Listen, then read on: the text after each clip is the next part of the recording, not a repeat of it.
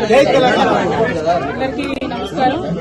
ఈరోజు నేలకొండపల్లి మండలంలో అప్పల నరసింహాపురం గ్రామంలో మనం అనితా చౌదరి అని మా తెలంగాణ జాగృతి కేసీఆర్ గారి అభిమాని టీఆర్ఎస్ పార్టీ నాయకురాలు, చాలా సీనియర్ నాయకురాలు. వారి తండ్రి గారు నరసింహారావు గారు మరి స్వర్గస్థులైనారు. వారి కుటుంబాన్ని పరామర్శించడానికి ఇక్కడికి రావడం జరిగింది.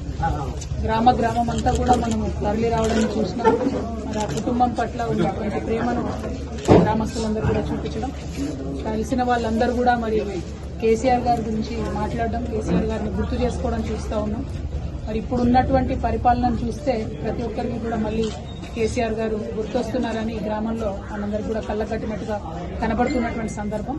ఇవాళ పరిపాలన గురించి చెప్పాలంటే మీ అందరికీ తెలుసు, నిన్న కూడా హాస్టల్లో, గురుకుల హాస్టల్లో ఒక 10వ తరగతి చదువుతున్నటువంటి అమ్మాయి కూడా సూసైడ్ చేసుకుని చనిపోయింది.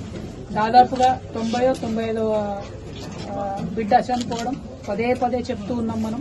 కనీసం కేసీఆర్ గారు పెట్టినటువంటి గురుకులాలను కూడా చూసుకోలేనటువంటి నిస్సహాయ స్థితిలో ఈ ప్రభుత్వం ఉండడం కూడా దారుణం.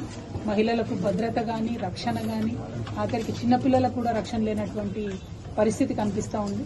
ప్రజలందరూ కూడా కేసీఆర్ గారిని కలుసుకోవడం, నిజంగా ఈ గ్రామస్తులందరినీ కూడా కలుసుకోవడం సంతోషంగా ఉంది. మరి పరిపాలన ఇట్లా కాకుండా, ఇంత అరాచకంగా కాకుండా మానవీయ కోణంలో జరగాలని చెప్పి ప్రభుత్వానికి సూచన చేస్తా ఉన్నాం. Thank you. జై తెలంగాణ, జై కేసీఆర్.